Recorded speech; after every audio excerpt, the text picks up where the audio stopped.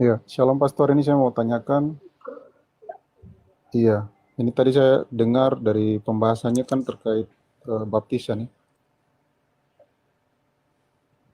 Di sini yang saya tanyakan ini dalam Kisah Para Rasul 1 ayat 5, Hmm. ini perkataan Yesus mengenai Yohanes kan, Yohanes membaptis dengan air, tetapi di situ ada perkataan dari Yesus baptis dengan Roh Kudus.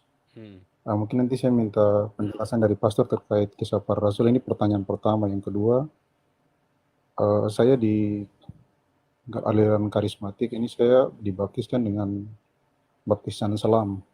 Tapi ada baptisan yang saya dengar lagi percik.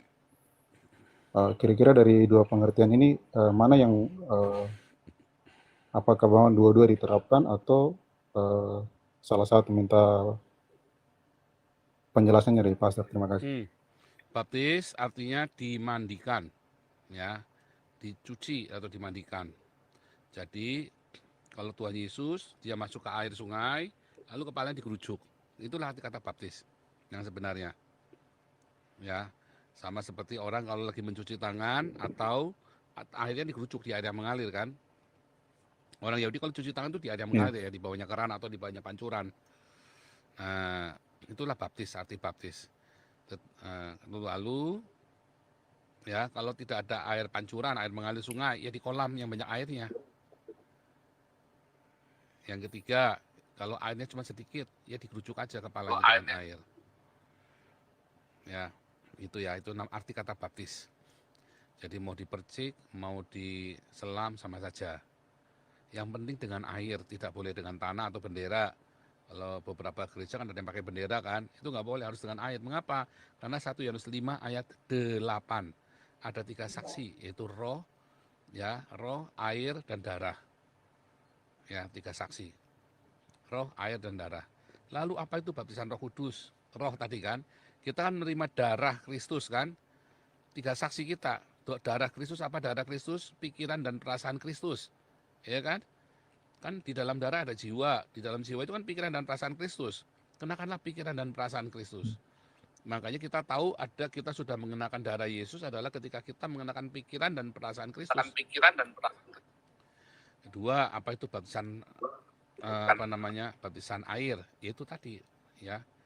Apa itu arti air yang menjadi saksi itu air? Karena air itu adalah satu-satunya benda materi yang ada di surga dan di dunia fana, yang menggabungkan surga dengan dunia fana kan. Dunia rohani dan dunia jasmani, air yang di surga, air yang di atas dan air yang di bawah.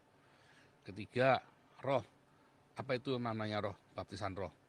Roh itu Yohanes 6 ayat 63, remaku adalah roh dan kehidupan. Jadi remanya Tuhan Yesus, perkataan Tuhan Yesus yang kamu hidupin benar-benar dihidupin, itu adalah Roh Kudus. Kalau kamu melimpah dengan rema, maka kamu akan penuh dengan roh. Itulah yang namanya penuh dengan roh, penuh dengan rema. Bukan yang kiri biri bara itu bukan.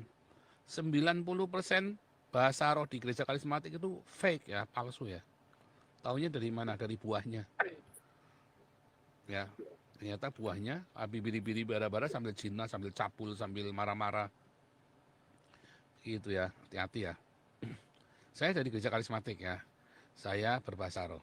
Tapi saya hati-hati. Anak saya tidak saya paksa berbahasa roh. Anak saya ajarin untuk memiliki remanya Tuhan Yesus.